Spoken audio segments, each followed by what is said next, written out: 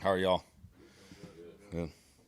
Well, Coach, just how ready you get this thing off after a long off season? Yeah, for sure. I'm definitely to that point. I think our kids are too. We're tired of talking about it and ready to just go do it. They're excited. They've had a great 2 days of practice. Um, I don't think we're overly anxious. I think we're just ready to go. I'm really excited to go see them.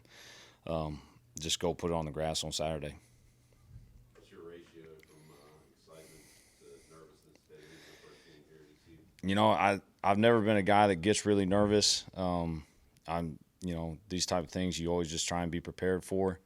I'm excited more than anything, and I'm excited for these kids because they've put in the last 8 months. They've done everything we've possibly asked them to do, and then some.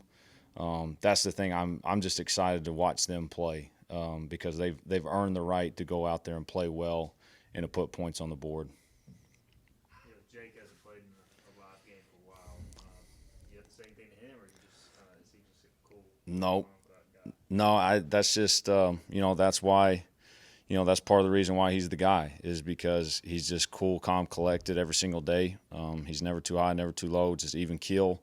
And I don't expect any different on Saturday. We tried to put him in as many game-like situations, whether it be a scrimmage or a practice setting, and he responded the same way every time. And so I don't expect any different on Saturday. Is he probably going to have a few more juices flowing? Probably so. But I bet after that first clap, he'll be just fine. With the Norfolk State, how much does it help you? At least they've got a game on film. I'm sure you watch them going through the year, but you at least kind of have an idea of what they're going to do. Yeah, absolutely. It's like Coach has talked about. There's advantages and disadvantages to it. It's an advantage to us in the sense of we get to see, not only some scheme things, but personnel wise. They've moved some personnel around, and I think they've upgraded at a lot of spots personnel wise. I thought they flew around. Their guys play hard. They play sound. I was really impressed with them on Saturday or this past Saturday, and just looking at them as a whole. Like we got to go play, and this is going to be a dogfight now because they got a good squad. For you guys, how important is it early in the game to try and stay on schedule, not have any of those like false starts or emotional penalties? Yeah, that's huge. Not only this game, but every game. That's something we harp on a ton. Is just we can't beat ourselves. This game is hard enough to move the ball and score points. Just having the ability to stay on track, stay in front of the chains. Those type of things are huge, especially in this first game. And unfortunately, sometimes it's going to happen, and it's really how you respond to it, making sure that we don't turn one bad play into two. And that's just something that we got to coach our guys through, and they'll be good. Calling a game, for the first time, live game, you obviously done scrimmages and things. You try to prepare for every situation, or you just, I don't know, you kind of go in there, ready for kind of doing what you've always done. Yeah, that's the nice thing is just the rooms that I've sat in. Being able to really my first 6 years as a coach. I sat right next to the offense coordinator, and I watched how they prepared. I watched how they prepared for every situation. And then that was one thing. When I went to Ole Miss, I thought we did better than anybody. Is just being prepared for every situation. And we're going to coach these guys up until the whistle. And there's you never stop preparing for the game, whether it's Thursday afternoon, Friday afternoon, Saturday morning. And so that's just I've been fortunate in that sense, and the rooms I've sat in, the people I've been around, I thought they did a great job in preparing for games and situations, and feeling like we're in a good spot to be prepared for whatever happens on Saturday.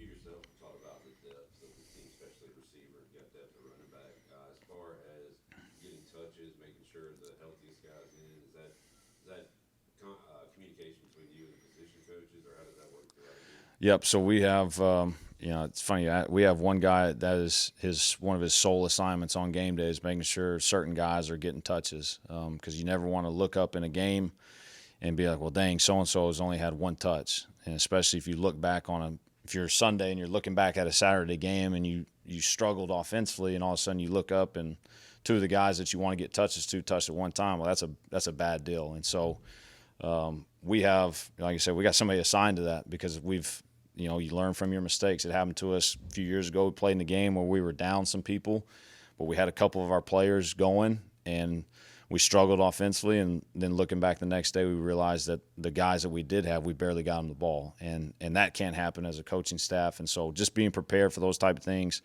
You know, at the end of the day, scheme is really important, but those players make this thing go. And we got some really good ones, and we got to make sure we get the ball in their hands for sure.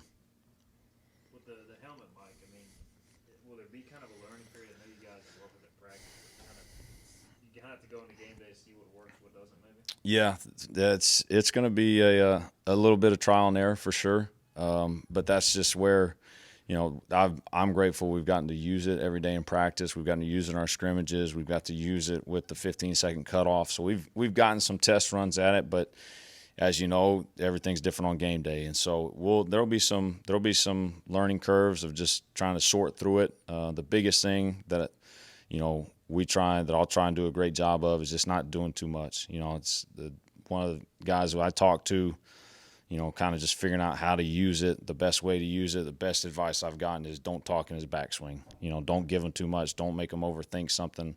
You know, you've spent X amount of hours during the week coaching the guy. Trust that training. Don't trust, you know, 5 seconds before he snaps the ball, you telling him something that's going to make the difference. Anything else for Coach? Thank you, Coach. All right, appreciate it.